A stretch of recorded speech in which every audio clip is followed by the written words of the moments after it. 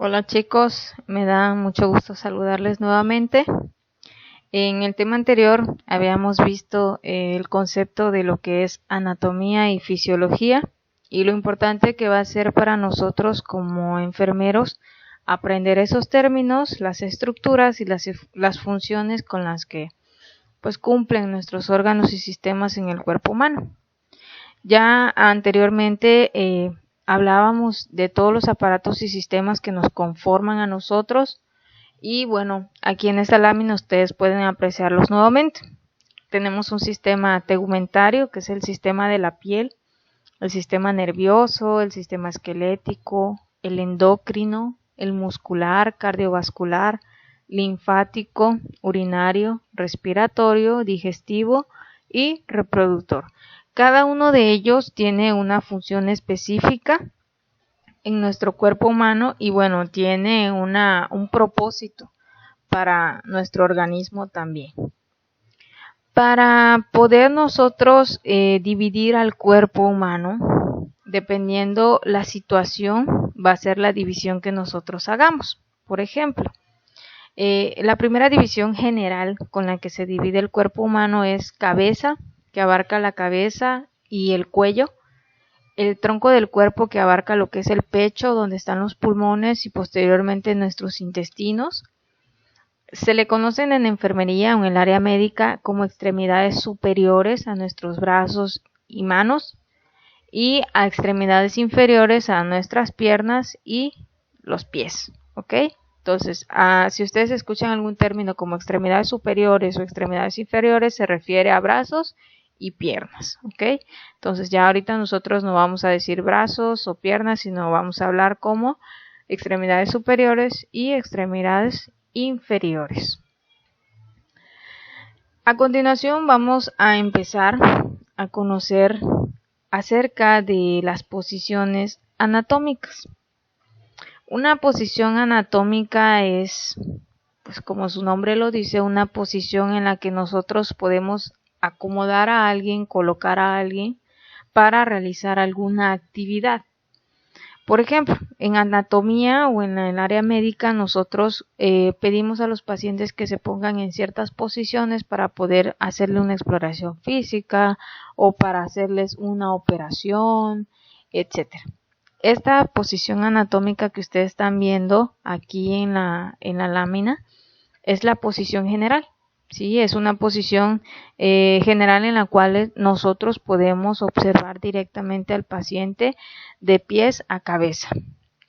Cuando escuchen ese término, aquí nosotros hablamos de la palabra céfalo-caudal. Céfalo-caudal se refiere de cabeza a los pies, o sea, en esa medida, cabeza, cuello, tronco, extremidades inferiores y extremidades superiores, ¿ok?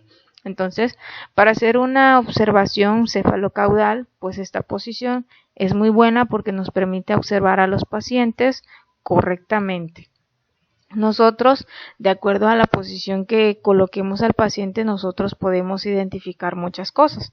Por ejemplo, si llega un paciente, nosotros con la vista podemos observar muchas cosas. Por ejemplo, que está ojeroso, que se queja de dolor, que trae una herida, si está sangrando demasiado, si tiene calor, si está sudando. Entonces, realmente lo que es las posiciones anatómicas tienen una función muy pero muy importante, ¿sí? La siguiente posición anatómica de la que vamos a hablar es la de cúbito dorsal o de cúbito supino. Es cuando el cuerpo está acostado sobre la espalda o con la cara hacia arriba. Nosotros diríamos, bueno, está boca arriba. Pero por ejemplo en el área médica, si ustedes fueran a hacer sus notas de enfermería, si el doctor te pregunta, ¿y cómo encontraste al paciente?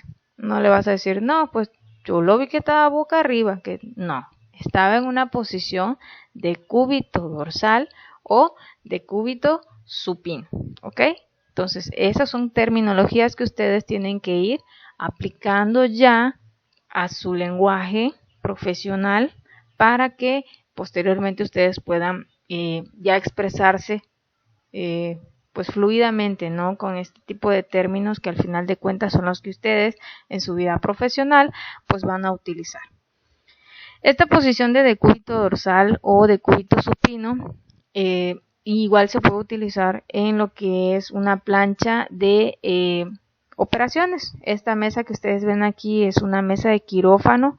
Si se dan cuenta, tiene sujetadores. Los sujetadores son estos, ¿sí?, que tienen en sus piernas y en sus brazos. Y bueno, eso se colocan porque en algún momento el paciente pues están sedados, están inconscientes y pueden llegar en algún momento a caerse de la cama. Acuérdense que nosotros lo que debemos de cuidar siempre de un paciente es su seguridad, su integridad. Entonces, esta posición nos sirve para describir cómo está un paciente en cama, cómo lo encontramos, cómo lo recibimos, pero también nos sirve para poder acomodarlos en una mesa preoperatoria para alguna operación que vaya a realizarse. Por ejemplo, esta posición supina nos dice que es con la que mayor frecuencia vemos en un pabellón quirúrgico. Se utiliza para múltiples intervenciones, por ejemplo, abdominales, ginecológicas, urológicas, de cara, de cuello, de tórax, de hombro, vasculares, ortopédicas, por ejemplo, cuando les van a sacar la vesícula, cuando le van a hacer una láparo, que les van a abrir el abdomen, para una cesárea. Entonces, todo ese tipo de posiciones es bueno saber cómo se llaman y para qué se utilizan, porque el médico, cuando va a hacer una operación, pues tú ya sabes qué posición va a utilizar, que sea de acuerdo a la que, por ejemplo, el médico va a usar. Un ejemplo, si el médico fuera a operar al paciente de la columna, esta posición supina no nos funciona. ¿Por qué? Porque el paciente está boca arriba, ¿no? Está en una posición supina.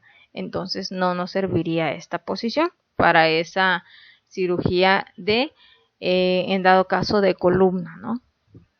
Pero miren esta es otra posición anatómica, se llama posición de cúbito prona o ventral. Esta maniobra menciona aquí que se hará con gran lentitud y cuidado. Debe cuidarse lo que es las vías respiratorias que estén permeables. ¿Por qué? Porque acuérdense que el paciente está inconsciente.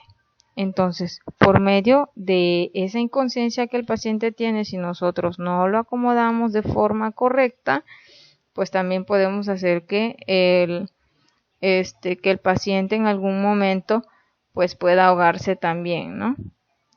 Entonces eso es lo que podemos provocar. Si ven, igual tiene sujetadores, tiene lo que son las braceras.